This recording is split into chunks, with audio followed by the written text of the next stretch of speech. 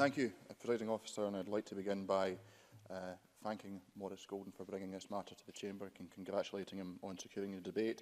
I also wish to pay tribute to my friend and colleague Ben McPherson for his work in this issue, which is where we all have, I think, across the Parliament, a shared view in this matter. Ben's work has helped to refine the argument, and I commend the Scottish Government on the action they have taken, which having considered the evidence carefully, I agree is the correct position. As Mark Briscoe said, I don't think there's any of us who have not been bombarded by a range of groups with different views. And I've taken the opportunity within my surgeries in my office to meet with people from both sides of the argument. And what struck me is that I was struck by the sincerity of trainers on both sides of the particular argument. Both are ultimately concerned with the welfare of dogs. Both are concerned with ensuring that dog owners can be responsible dog owners in regards to the people who I met. And what it underscored to me actually is that in this argument is the challenge is not in terms of correcting dogs' behaviour when it gets to a stage where people would justify using shock collars. It's actually about preventing dogs' behaviour getting to that stage.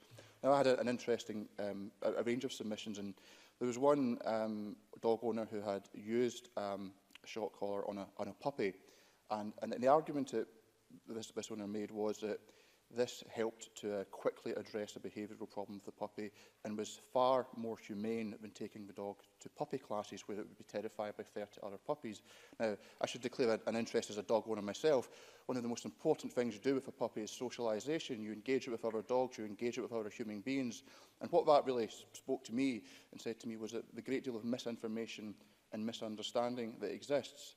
And so really the approach has to be about positive methods of training dogs, but it's about early intervention, it's about encouraging responsible ownership, and buying a dog doesn't just start with collecting the puppy or putting down a deposit. It should start months before with research, understanding the breed, understanding the issues relating to dog, identifying and engaging with reputable breeders. So all of that is incredibly important, and I think it's also important more broadly because having that preventative approach of responsible ownership, of informed ownership, it doesn't only create a situation which vitiates the need for shock collars as some people would perceive it, it prevents a whole range of other problems that can emerge as well, because while shock collars do cause pain and distress to animals, to dogs, there's a range of many other activities and issues that emerge that cause a lot more pain and distress.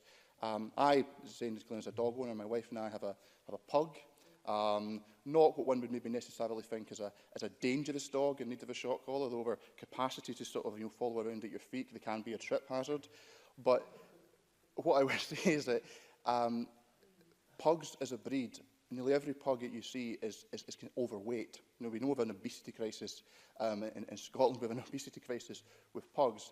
And why is that? It's because people aren't informed about owners who allow their dogs to become to that way are not informed about actually what the welfare of the dog is. The welfare of the dog is not treating it and rewarding it and giving in to these pleading eyes. It's about responsible dog ownership, about making sure the dog's properly exercised, it's properly fed. And that is just one example where what actually responsible dog ownership is. And my view is that if we have a culture where more people are responsible dog owners from when dogs are puppies, then we're not going to have these behavioural problems later in their life. And I think on that basis, I would argue the government has made the correct decision, and that the focus for all dog owners, and with the incredible range of support that's available from dog welfare charities, is that ultimately the solution to all kind of behavioural problems is by not letting them develop in the first place. Thank you.